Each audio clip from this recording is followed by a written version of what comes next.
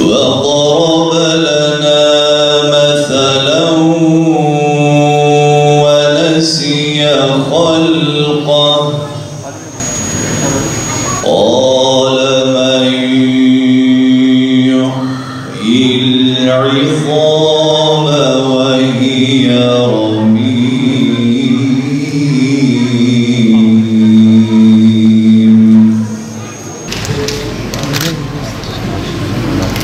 biraz boşalt. Subhanellezî biyedihi. İlkan. Ve ileyhi turcaûn.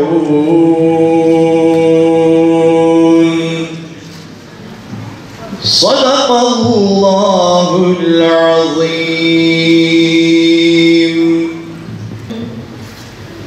تجمدين قرمنا بما بكي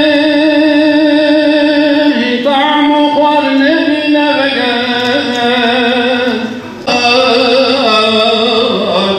وارجع عبد المطلب وفتحا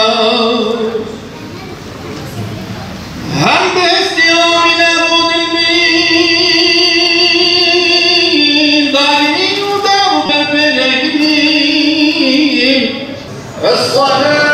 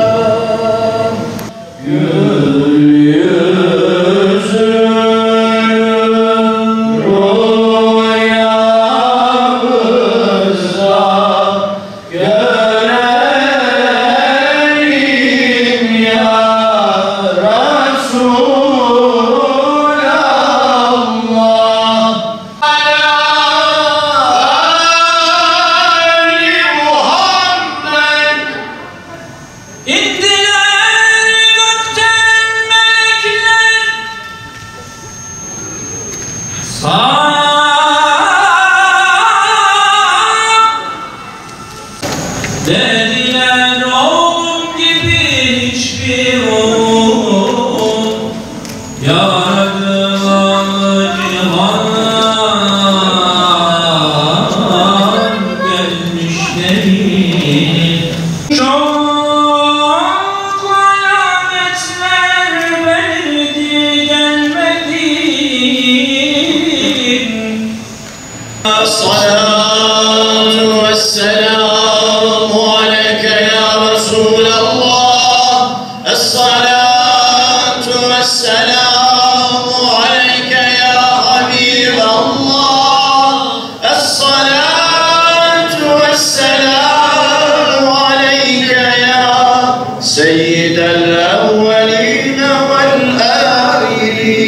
Hocalarımızın okuduğu Kur'an-ı Kerimlerden, aşr-ı şeriflerden sonra birkaç cümle ile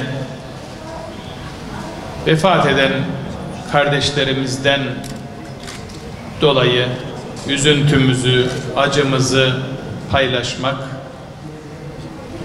ve birkaç ayet-i kerimeyi anlamaya çalıştıktan sonra inşallah duamızı yapacağız.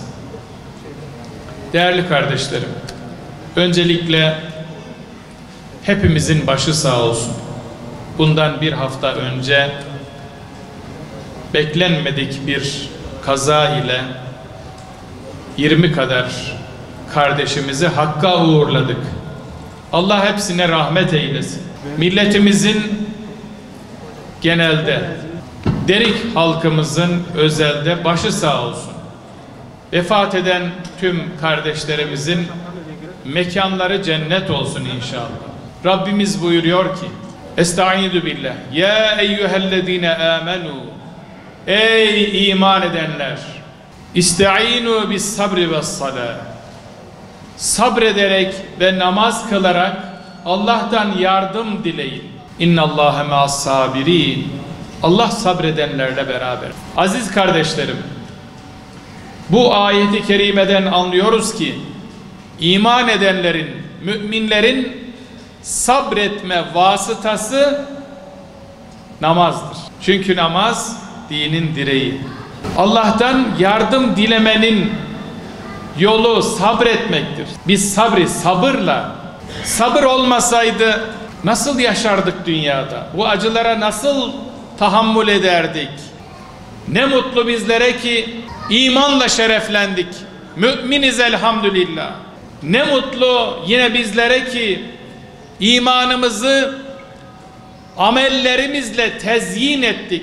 Namazımızla, orucumuzla, gücü yetenler için hac ve zekat ile hayır hasenat, iyilikleri yaygınlaştırmak, kötülüklerden uzak durmak, yeryüzünün her yerinde iyilikler olsun, muhabbet olsun, sevgi olsun, saygı olsun diye gayret etmek müminin en önemli vazifelerindendir. Hayatımızın her anında üzerimize düşen vazifeyi yapmamız lazım. Bir hafta önce vefat eden, bu elim kaza ile vefat eden kardeşlerimizin ruhları için hep birlikte buyurun amin diyelim. Amin.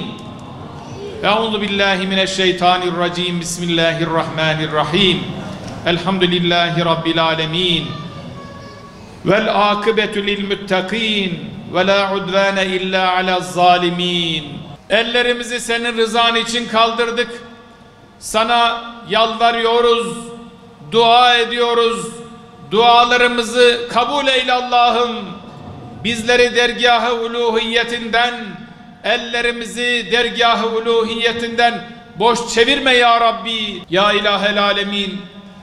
Okumuş olduğumuz Kur'an-ı Azimüşşan'dan hasıl olan sevabı evvelen bizzat Hulasa-i kainat, iki cihan serveri, başlarımızın tacı, gönüllerimizin ilacı, sevgili Peygamberimiz Hazreti Muhammed Mustafa aleyhissalatu vesselam Efendimizin mübarek, münevver, mutahhar, aziz ruhu tayyibelerine hediye eyledik. Sen vasıl eyle Allah'ım.